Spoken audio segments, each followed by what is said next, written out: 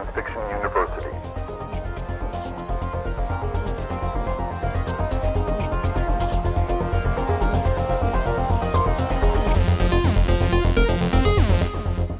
Hello and welcome to Science Fiction University. We're your fan and writer hosts. I'm Blue Gal.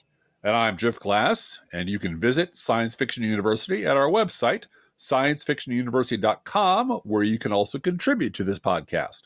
There's a Patreon button at our website, or if you wish, you can mail us a letter and or contribution to Science Fiction University, P.O. Box 9133, Springfield, Illinois, 62791. And now here come the warnings. This episode contains spoilers for dark matter, coherence, Counterpart, and an old Twilight Zone episode. So right off the bat, we're going to spoil a story. Sorry about that. Sorry, guys. This story is about a man who crosses over Driftglass into a parallel dimension that is very much like his own. Almost identical. There's just some small changes. You mean like, and people who don't... I'm sorry? You mean like pennies and nickels on the floor? That kind of small changes? I don't know what kind of small change there is, but it depends. The thing is, people who don't know him well, who interact with him professionally, chalk up the differences to confusion or forgetfulness. Maybe he's or drunk. Maybe he's something with his brain. Who knows? Brain's broken. Yeah, he had a lot of beers at the village tap or something. Yeah, something like that. But the people he is closest to, his wife and child, they notice the big differences. To them, they're big differences. And they think something might be off about him or his universe or something. And they notice it almost right away. Yeah. Now, because all of you in our audience are terribly clever, you probably suspect that we're talking about this new show, 2024's Dark Matter, TV miniseries that is streaming right now on Apple TV. It was created by Blake Crouch from his best-selling book. It stars Joel Edgerton, Jennifer Connelly, who is beautiful, by the way, Alice Braga, and Jimmy Simpson. And this first season ran for 9 episodes. We watched all of them. Enjoyed it very much. We did. And if you think this is about dark matter, you're wrong. Wrong. Sorry, you're wrong. Or more accurately, you're jumping the gun. Just please don't get ahead of us, people. There's a plot. There's a plan here. Don't go jumping to conclusions. Calm down. We will get to dark matter in a minute, okay? Take a breath. Put your feet up. First, instead of jumping into an alternate dimension, we're going to do a little time traveling.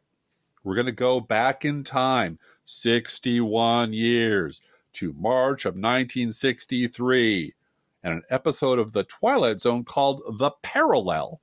It was written by Rod Serling and starred Steve Forrest, Jacqueline Scott, and Sherry Lee Bernath as the child. And Driftglass, did you just pick a 61-year-old episode of Twilight Zone because your wife turns 61 next week? It's your happy birthday episode. I snuck it up on you. I threw out so many notes. There are thousands of notes I threw out, but I found this perfect one that fit this perfect topic because there's a plan, Blue Gal. There's always a plan. Sometimes it's a terrible plan. Sometimes I make it up as I go along and call it a plan, but there's always a plan.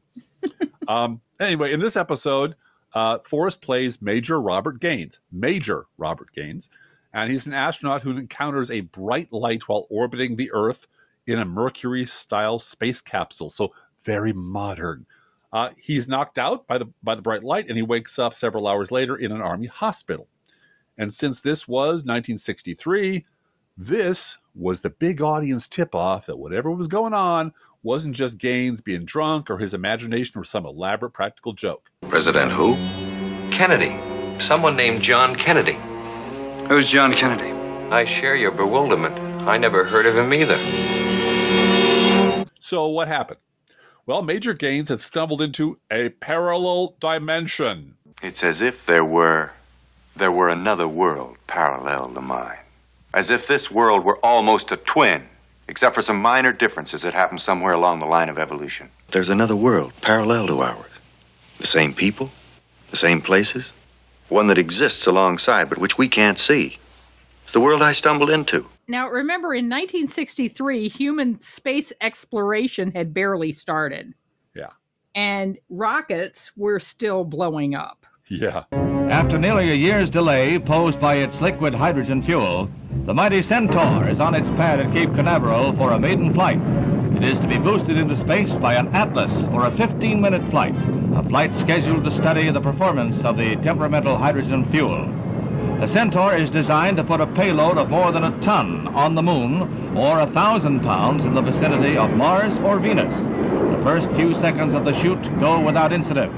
The Centaur climbs to 30,000 feet, then malfunction.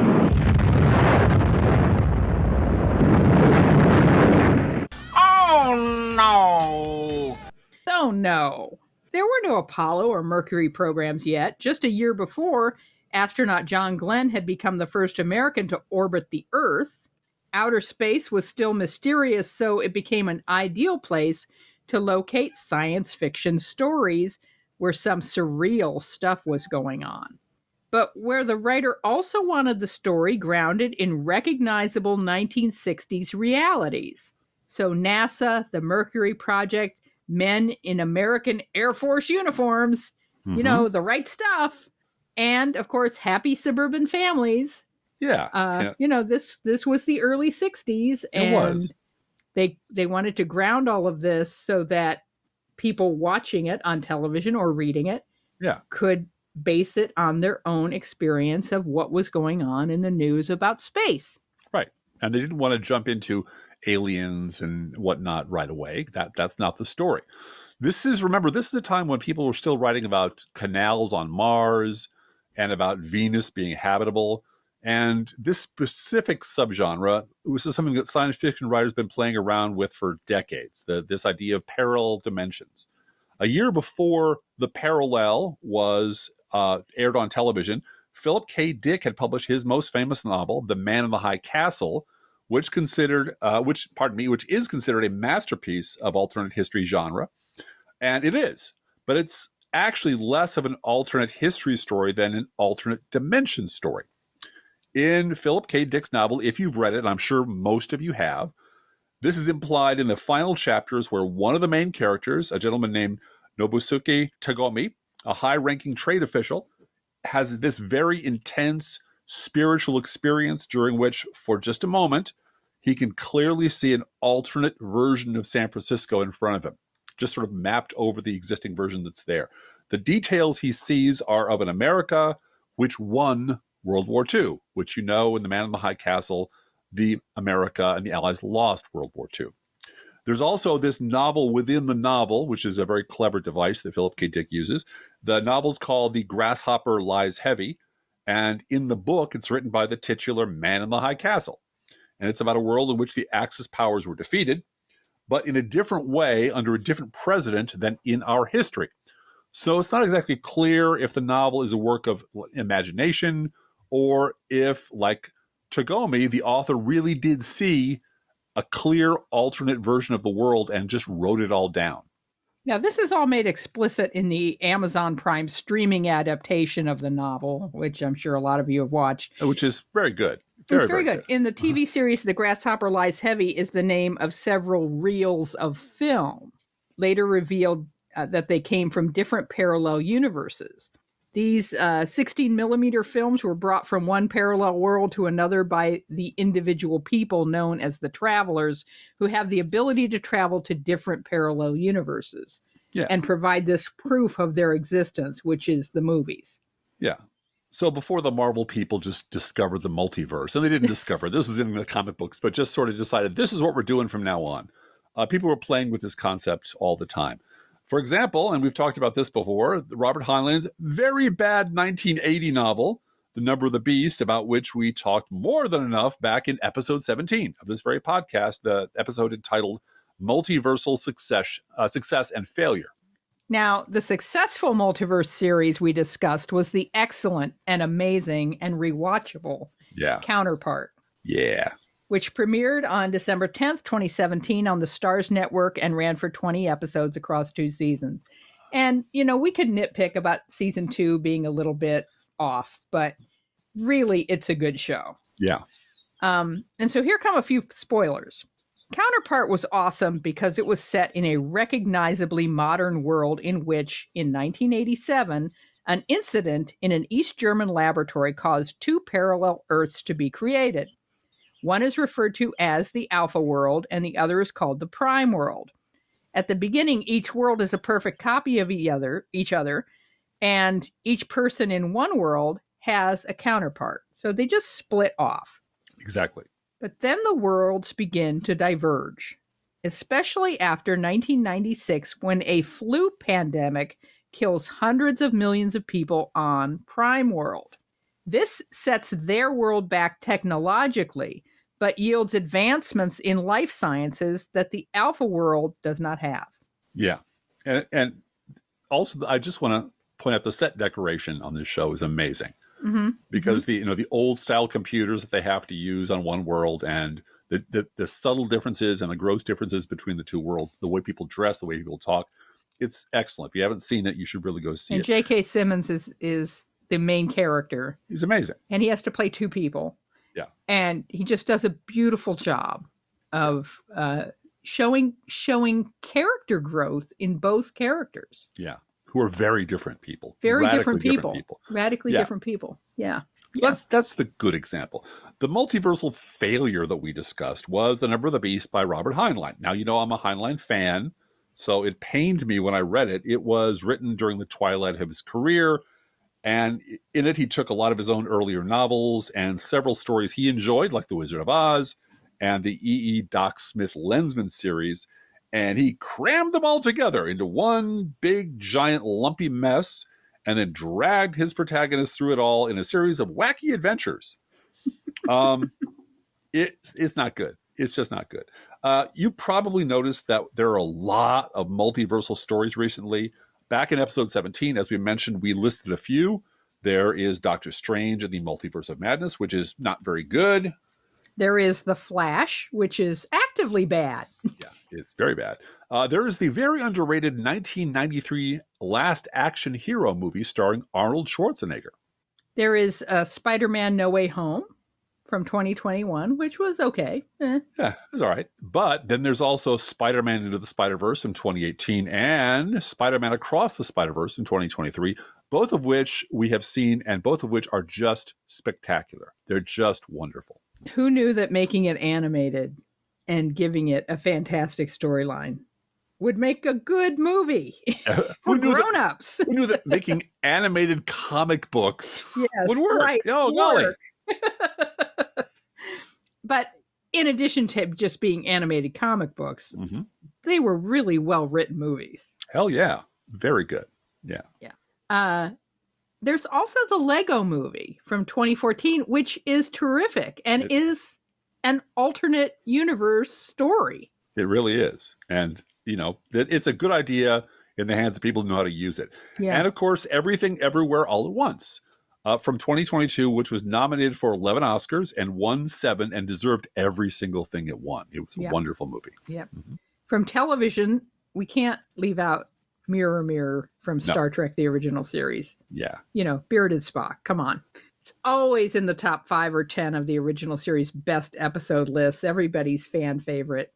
And the franchise returned to that mirror universe several times. Yeah. It's a great place to have an alternate story. There was Sliders, which I'm not sure how many people remember Sliders, but I do, from the 1990s. That was described once as a sort of Lost in Space story, but had the cast lost in the multiverse rather than in space. And speaking of set design, there is the Marvel series Loki. Yeah. Which, again, for computer technology and setting things in this alternate universe that's sort of stuck in time, is fantastic. It really is. And so lots of TV shows and movies premised on the existence of multiple dimensions. But Rod Serling's The Parallel was the first TV series to do that, TV episode to do that. So bravo, Mr. Serling.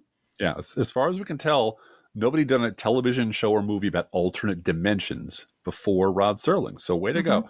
Now, on the other hand, I did watch The Parallel, and it wasn't great. Is it on YouTube? Is that where it is? It's available on YouTube, and it's available on streaming. It's probably on Pluto or something like that, and it shows up every now and then. It isn't one of the ones they rerun in the top 20 or 30 episodes because it isn't. But it also wasn't awful. It was just sort of okay. It was fine. And this is probably because it was way too long. This is one of those, remember they had hour-long Twilight Zone episodes? This is one of those that desperately needed to be a nice, tight 30-minute story. You know, like the thing on the wing, that kind of story. That it needed that kind of pacing and speed. But because they had to stretch it out to 60 minutes, there was way too much repetition of plot points to pad it out to 60 minutes, and that just made the whole thing kind of drag. So let's go back now to the 2024 Apple TV series Dark Matter. Told you there was a plan. Told you there was a plan. We both watched this, and it grabbed us. Let's put it that way. Yeah. It was really pretty good, and it shared some of the basic elements with the parallel from, Twilight Zone. A plot based on a person traveling to a parallel dimension, his family noticing something was wrong, the question of how to get back to his home dimension. That's a tale as old as how do I get home is as old as, the Iliad, right? Yeah. Well, the Odyssey, yes. Or the Odyssey. Yeah. I mean, ancient literature. Mm-hmm.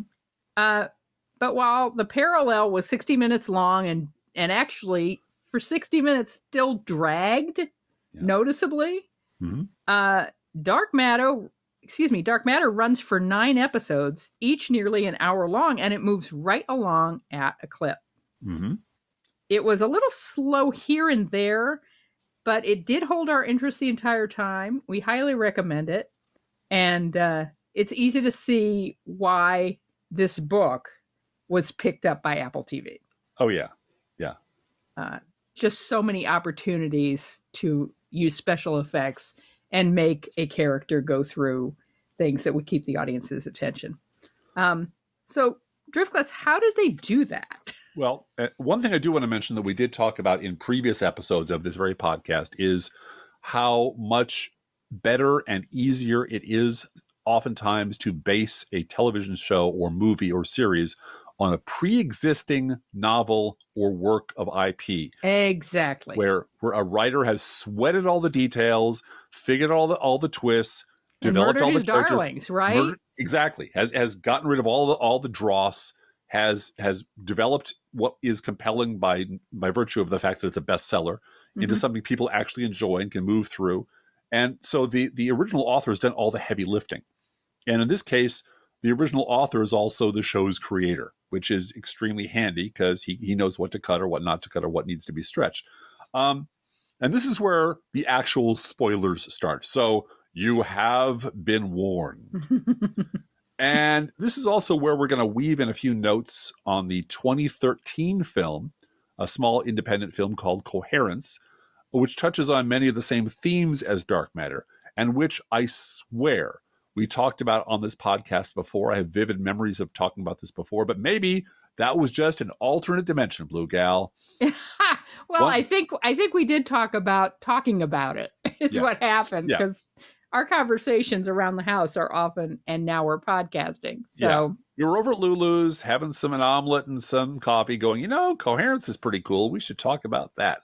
And I wrote it down in my little book and wrote down 20 other things. We never got back to it. So this is not quite that extensive conversation, but it does bear bringing into here because Coherence is about a comet which passes overhead during the night of a dinner party where 8 friends are gathered to watch the comet. This is a very short spoiler version of the movie. The comet appears to have created 2 split realities. And there's a power outage, and the entire neighborhood goes dark, except for a single house way, way, way, way down the block, far, far away. You can barely see it, but the lights are on.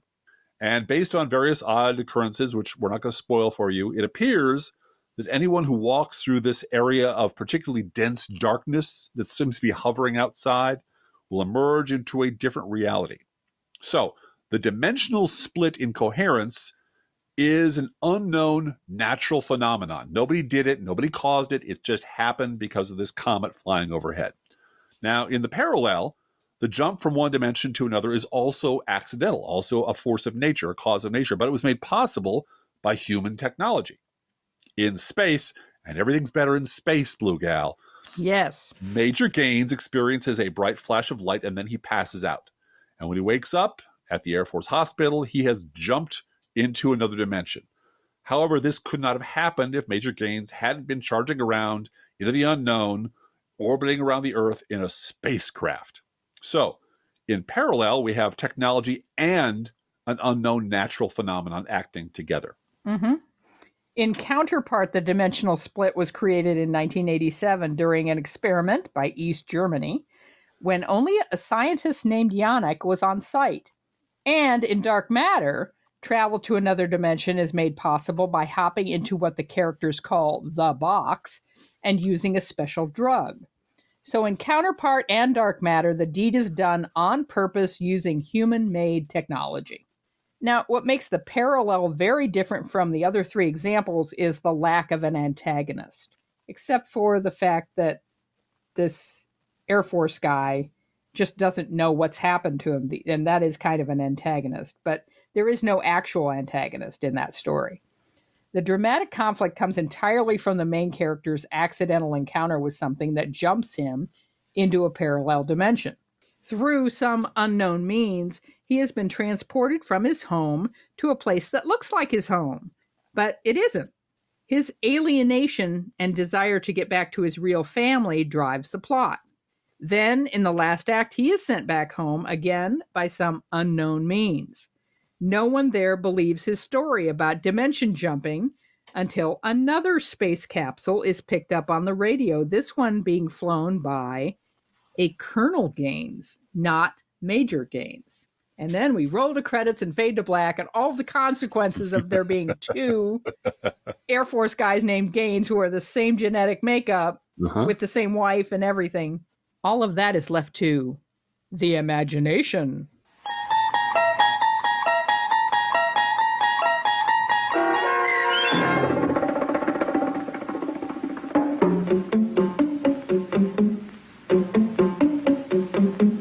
And Twilight Zone does that. It does that thing at the end where you can there's physical evidence that the person telling the story is not crazy.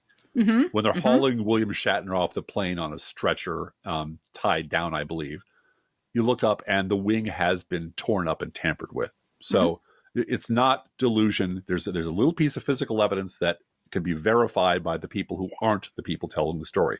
Now, in the other three examples, dimension jumping isn't the cause of the dramatic conflict. It's the vehicle the writer uses to get the audience to the dramatic conflict, get us where they want us to go. So in Counterpart, we're dropped in the middle of an interdimensional Cold War between Earth Prime and Earth Alpha.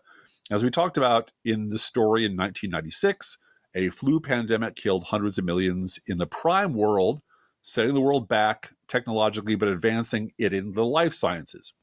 Now, the virus was suspected to have been purposely released by the Alpha world into the Prime world, which resulted in a very tense Cold War between the two worlds. It's a John le Carré style story with espionage and betrayal. It's full of spies and sleeper agents and assassinations. It's a wonderful spy story. Again, can't recommend it highly enough.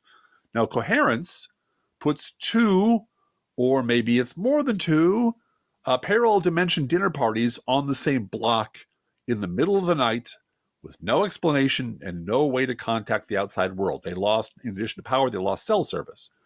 The writer then jacks up the stakes by adding the theory that once the comet passes, the quantum effect that created the multiple universe will decohere, hence the name Coherence, and collapse back into a single reality.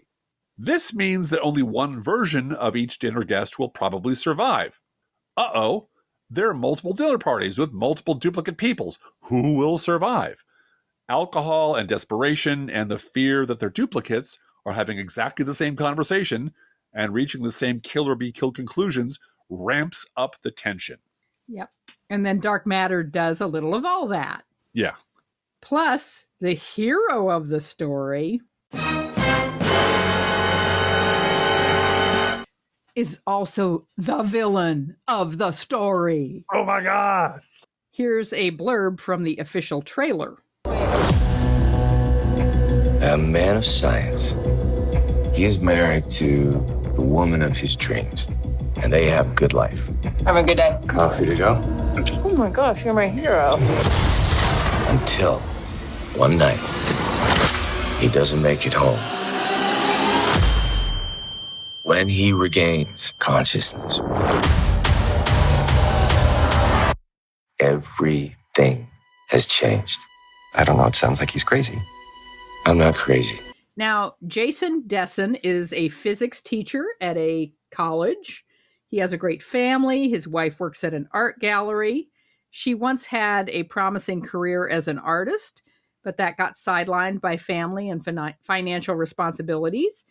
His job is also unrewarding, but, he's good at it. And they live in Logan Square in Chicago, Dirk Lassen. You know exactly where they live. I know exactly where they live, and it's awesome. I'm not saying it's the best part of the entire series, Blue Gal, but it's really close to the best part because I know exactly where it is. And the cool part of the show is they never really stray from that area, but they have it in alternate versions because he keeps moving around, right? Mm-hmm, mm-hmm. And it's a very Chicago-based story. Yeah. The TV show takes advantage of being in Chicago. Yeah. One night, Jason is abducted into an alternate version of his life. In that life, his counterpart had never married, but had thrown himself into his work instead. And he and his team invented the box, a working Schrodinger's cat box big enough to hold several people. His counterpart is wealthy, renowned, ruthless, and very unhappy with how his life has turned out. He didn't get the girl. No. But Jason, too, has a plan. When used correctly, the box can give the traveler access to an infinite number of different worlds, but always anchored to that same geographical location, a spot on the outskirts of Chicago. And, I can be picky about this show because he could have picked a reality where his magic pixie dream wife was waiting for him. Yeah, well. Instead of coming and kidnapping Jason 1 and stealing his... leave it alone. Nah, but he did kidnap Jason 1. We know that. He did. Right. He did. That's all I'll say. But it did work. It worked as a story. Yeah. And I didn't quite see why the drug was necessary except to create tension over lack of it. Yeah, there's a couple of reasons for it. Well, actually three. And the writer very efficiently uses the need for this drug to do a bunch of different things in the plot. Mm-hmm. First, it introduces this third character who has multiple versions of himself that we meet over time. Yeah, who's been working on this drug for a long time, and again, you have to sort of let the science fiction, the fictional part of science fiction, be. I don't know tech stuff, right? Right. So the Schrodinger's box, the box, is one that completely isolates you from the outside world. No vibration, no radio, no nothing. You can't hear, see, or perceive, and no one can perceive you. Mm-hmm. You're completely isolated. But the problem is that part of your brain is always recording information, always seeing information, always taking stuff down in your memory. And for the Schrödinger box to work, it has to be free of all outside observation, including people who are inside the box. So this drug temporarily shuts down that part of your brain so that you are not an observer of the phenomenon. Mm-hmm. Now it's a lot like, Heisenberg compensators. Right, right. It's just something you have to go with, but it's a drug you take to make the box work. Mm-hmm. Mm-hmm. And it introduces, again, a critical third character into the story, but it also gives you a ticking clock. Because if you are, let's say, in the box and you have an infinite number of doors to open, you don't know how to use this thing.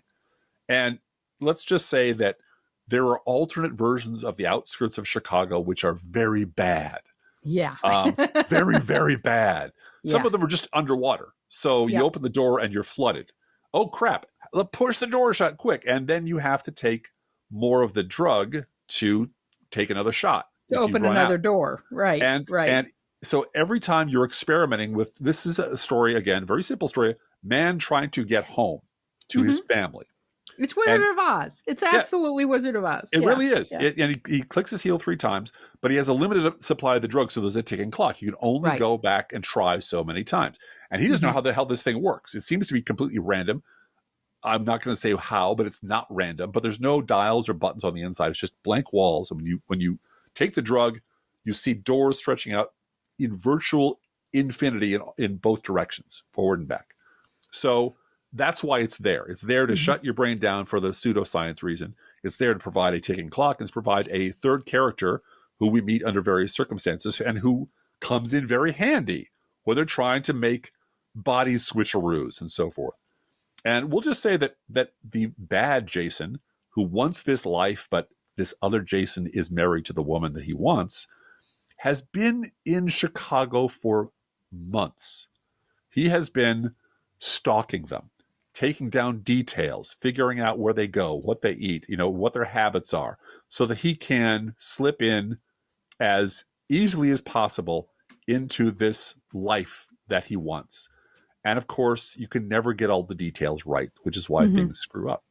Now, one of the twists that we both enjoyed was the fact that, well, all through the story, it was willing to up the stakes. Yep. It was willing to do things that you wouldn't ordinarily do to a beloved character who you've come to depend on and trust. It was willing to take sudden left turns. Both you and I are, as you refer to us, famous end guessers. Right. Oh, I know why right. he's doing that. Oh, I know why that's happening. And we sort of narrate that. And we got most of those wrong. Yeah. Because the writer was a couple steps ahead of us and knew what the audience would anticipate and turned a different direction. Fast one on us. He yes. did. He did.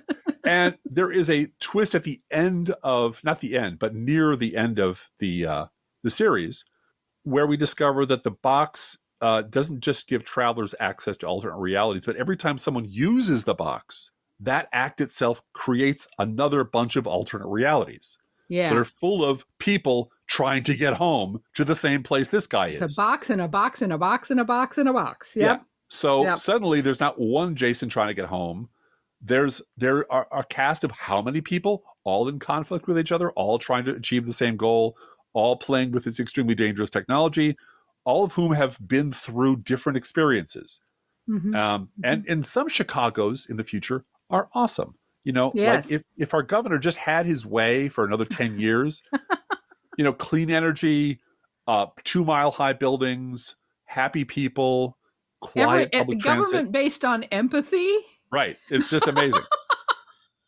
But we really enjoyed it because we're both science fiction fans. We're both writers, and we recognize how taking a concept and turning it into an interesting story is something that everyone who tries to do this does or fails to do. I mean, Robert Heinlein failed spectacularly at doing this. Half the Marvel stuff, or more than half the Marvel stuff that plays with the multiverse, just doesn't work. And this is not part of some previous existing IP. This is a standalone original story that it actually worked. And we noticed it not just as fans, but as writers.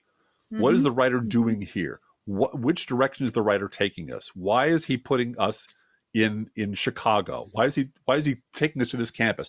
Why are we going down this intersection with his son? And what happened to the rest of his family?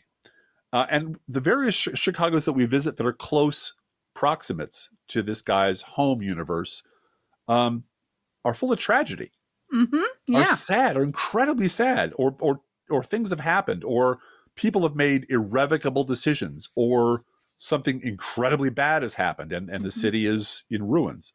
And it doesn't dwell on that. It knows when that part of the story is over. And it knows how to bring things together at the end. And I'm not going to say how that happens. I assume if you're liking this podcast and you want to watch the show, you're going to go watch it. But we both enjoyed it. I think it would be fair to say, Blue Gal, we both enjoyed it very much. Yeah. Can I add one little story at the end of the show? Of course. We used to do this Science Fiction University as a kind of quiz show at the end of our political podcast. Yes. And that segment was introduced by a young middle child. Yes. Who, if you remember, and if you've listened to us for that long, she would say, Minecraft is awesome. Now it's time for Science Fiction University with your science fiction expert, Driftglass. And it was her little voice. It was cute. You can go back in old political podcasts. You can find it. Middle child turned 22 last week. Yes. And her friends, for her birthday, gave her a photo album. And in the photo album are screenshots of their Minecraft worlds that they have played since the time when she said Minecraft is awesome on our podcast. Yeah. It was a memory book of Minecraft. And so appropriate and touching. Oh, Just unbelievable. So I just wanted to let everybody know that because it was such a sweet story. well, next time at Science Fiction University, we're very likely going to discuss an excellent novel called The Ministry of Time. Yes. And we're going to talk about the importance of the proper use of metaphors in writing. It's just a metaphor, dude. His people are completely literal. Metaphors are gonna go over his head. Nothing goes over my head.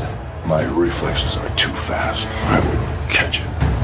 Science Fiction University is a project of DGBG Productions. You can support the show by donating via Patreon at patreon.com/proleftpod. And we'll see you next time.